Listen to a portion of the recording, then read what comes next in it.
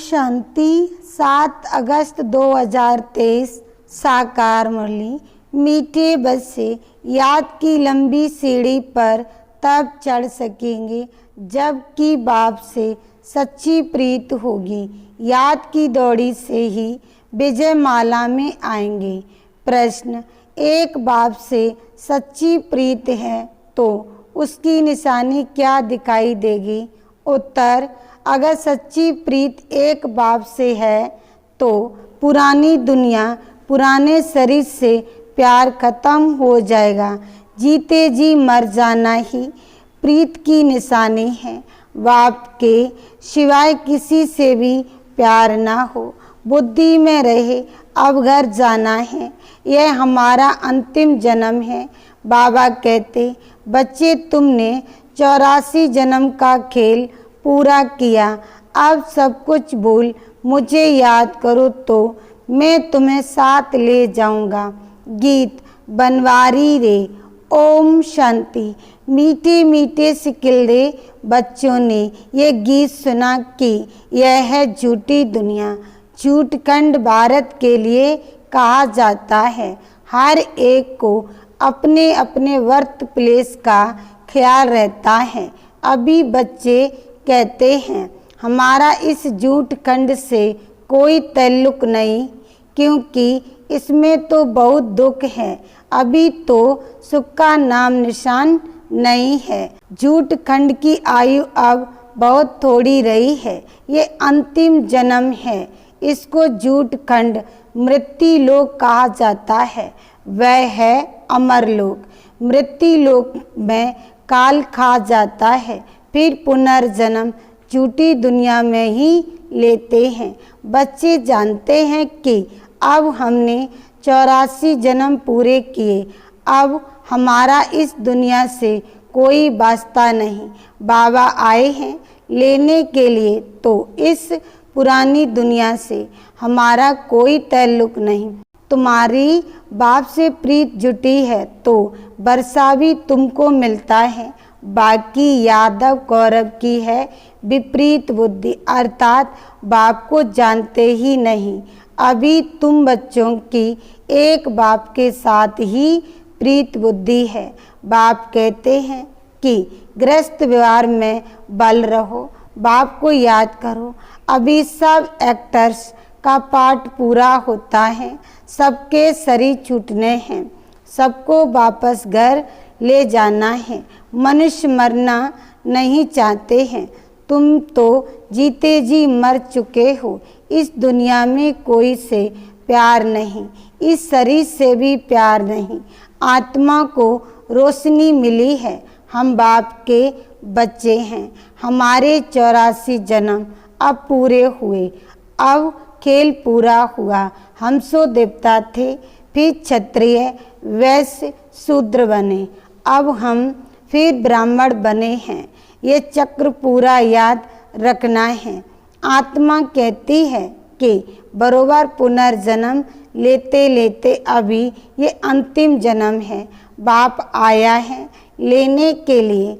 अनेक बार हमने 84 जन्मों का चक्र लगाया है। सुदर्शन चक्रधारी बने होना समझाया जाता है कि ऐसे हमने 84 जन्मों का चक्र लगाया है। सभी भारतवासियों के पूरे 84 जन्म नहीं कहेंगे। जो ब्राह्मण बनते हैं वही समझते हैं। 5000 वर्ष पहले भी समझाया था। हे बच्चे, तुम अपने जन्मों को नहीं जानते हो। 84 लाख जन्मों का तो कोई वर्णन भी कर ना सके। अभी तुमको सभी धर्मों के चक्र का भी पता पड़ गया है। हिसाब किताब में जो होशियार होंगे वे झट समझ जाएंगे, बरोबर फलाने धर्म को इतने जन्म लेने चाहिए। तुमको भी पूरा निश्चय है कि हमने 84 जन्म पूरे किए। अब बाप वापस लेने के लिए आए हैं, जिसके लिए ही ये महाभारत लड़ाई है। उन सब की है विनाश काले विपरीत बुद्धि। विनाश काल है ही कलयुग के अंत और सतयुग आदि के संगम पर सतयुग और त्रेता के संगम को विनाश काल नहीं कहेंगे। वहाँ तो वृद्धि को पाते रहते हैं। अभी सबका विनाश होना है, इसको विनाश काल कहा जाता है। अभी तुम्हारा अंतिम जन्म है, इसके पहले बाप आए तो कह ना सके कि तुम्हारा ये अंतिम जन्म है। जब खेल पूरा होता है तभी मैं आता हूँ। तुम जानते हो बरोबर हम आत्माएं 84 जन्म लेती है। गाया भी जाता है कि कुमारी वह जो 21 कुल का उद्धार करे। अब वह तो समझते नहीं कि 21 कुल किसको कहा जाता है। भारत में कुमारियों की बहुत मान्यता है, पूजते हैं। जगत अम्बा भी कुमारी है ना, कुमारी को फिर जगत अम्बा कहना, इसका भी अर्थ चाहिए ना। जगत अम्बा है तो जगत पिता भी चाहिए ना, जगत पिता के साथ माता भी चाहिए। ऐसे तो बहुत माताएं हैं जिनको जगत माता भी कहते हैं। अखबार में भी पढ़ा था, कोई माता को जगत माता लिखा था। अब जगत माना सारी सृष्टि, तो जगत की माँ एक होगी या 10-20 होंगी। रास्ता बाप एक है तो माता भी एक चाहिए ना। इतनी सब माताएं जगत के मालिक हैं। जगत की माता तो एक है ना, जगत अम्बा।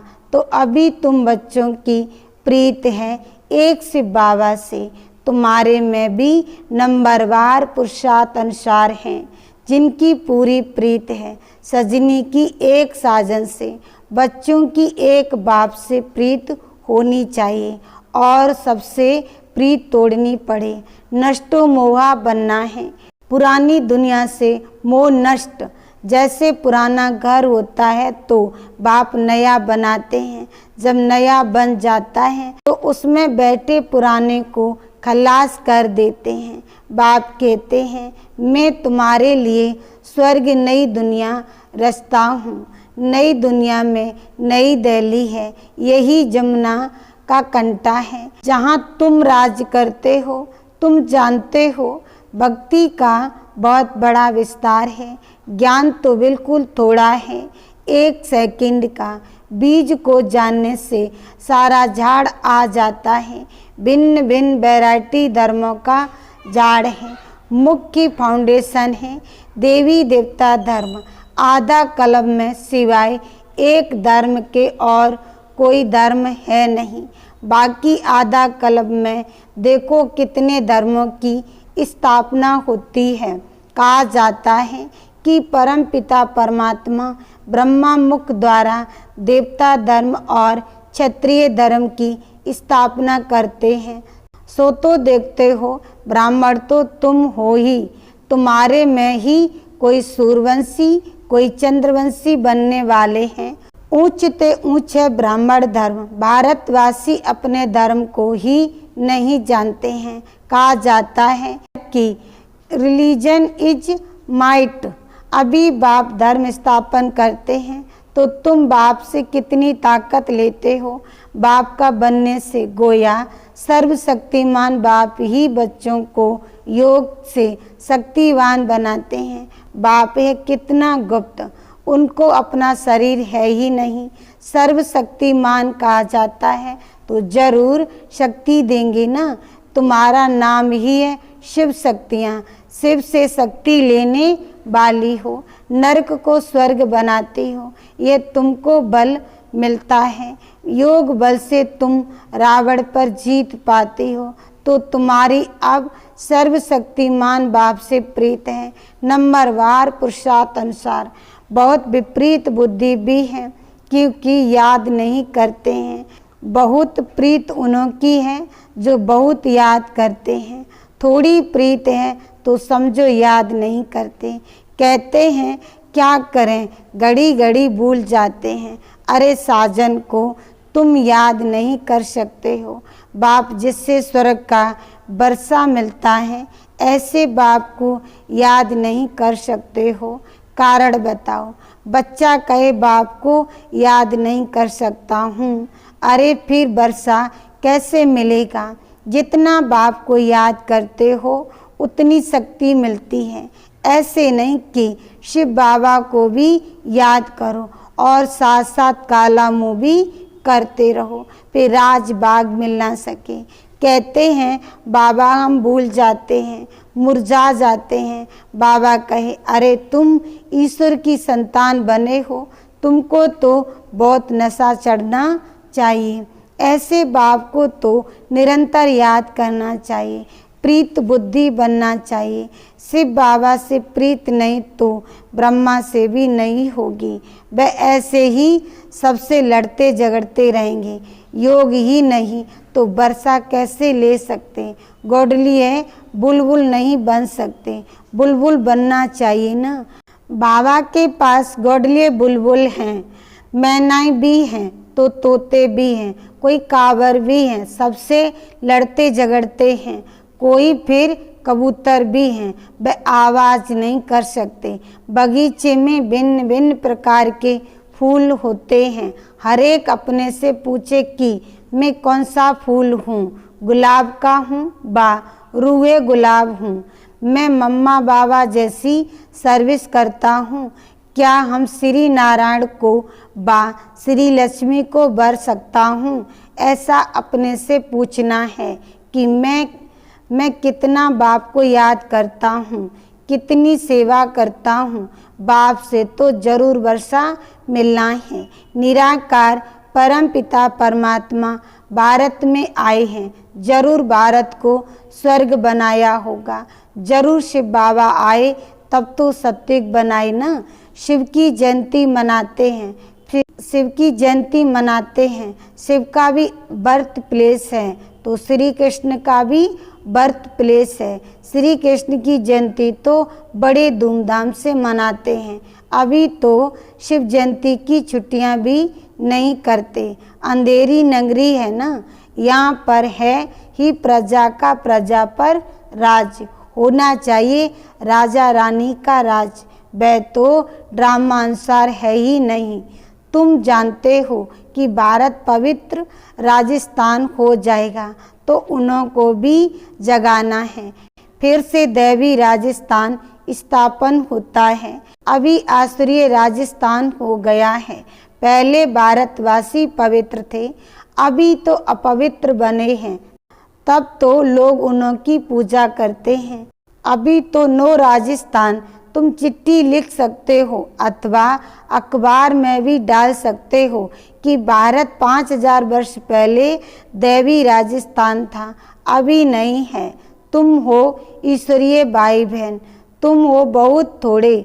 गाया भी जाता है राम गयो रावण गयो। समझना चाहिए कि हम बाकी बहुत थोड़ा समय है। बाप से वर्षा तो ले रहे हैं, साथ साथ भविष्य का भी ख्याल करो। यह भी धंधा करो, शरीर निर्वाह भी करना है। यह है भविष्य के लिए, इसमें मेहनत कुछ नहीं, बिल्कुल सहज है। सेकंड में जीवन मुक्ति 21 जन्म के लिए मिलती है। बाप को और चक्र को याद करना है। बाप को याद करने से ही पावन बनेंगे।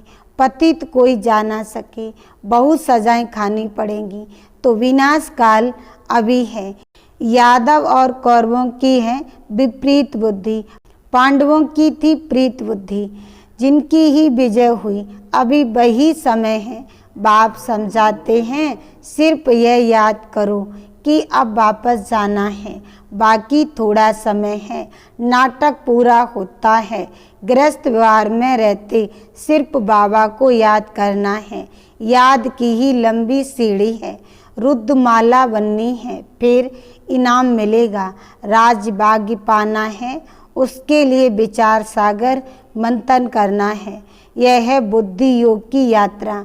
बाप के पास दौड़ना है, देखना है कि सारे दिन में बाप को कितना समय याद किया, कितने को कांटों से फूल बनाया।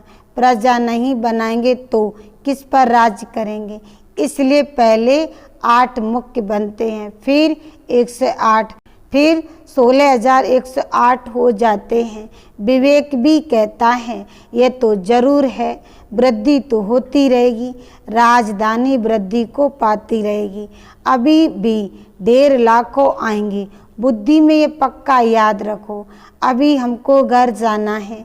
इस पुरानी दुनिया में दुख बहुत है, बस एक बाप को याद करते रहो।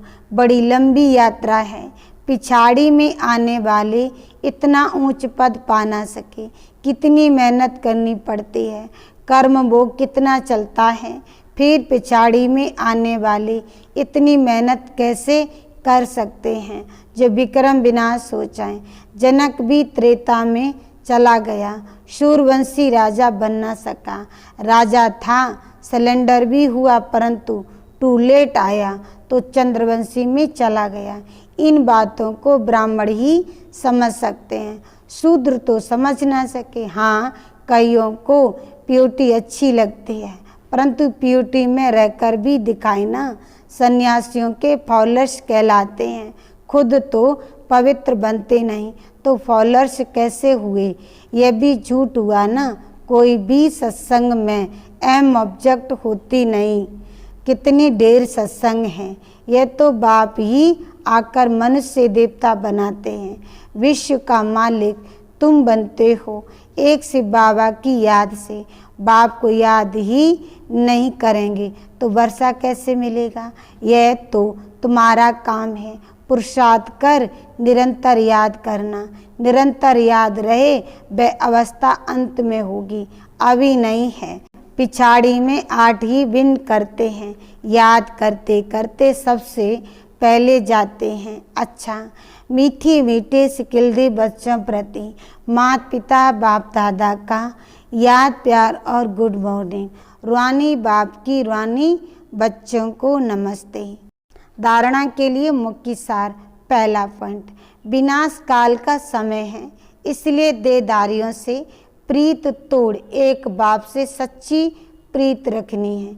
इस पुराने घर से मोह नष्ट कर देना है। दूसरा पॉइंट, ज्ञान की बुलबुल बन आप समान कांटों को फूल बनाने की सेवा करनी है, याद की दौड़ी लगानी है। वरदान, सर्व योग्यताओं द्वारा स्वयं को वैल्यूबल बनाने वाली बेफिक्र बादशाह भव। सार में का बाप स्वयं बच्चों को ऑफर करते हैं, बच्चे योग्य राइट हैंड बनो, योग्य सेवादारी बनो। जो योग्य होता है वह बेफिक्र बादशाह होता है। चाहे स्थूल योग्यता चाहे ज्ञान की योग्यता मनुष्य को वैल्यूबल बनाती है, योग्यता नहीं तो वैल्यू नहीं रहती। रूहानी सेवा की योग्यता सबसे बड़ी है। ऐसी योग्य आत्मा को कोई भी बात रोक नहीं सकती। योग्य बनना माना मेरा तो एक बाबा बस, और कोई बात बुद्धि में ना हो। स्लोगन, एक रस स्थिति का अनुभव करना है तो एक बाप द्वारा सर्व रसों की अनुभूति करो। ओम शांति।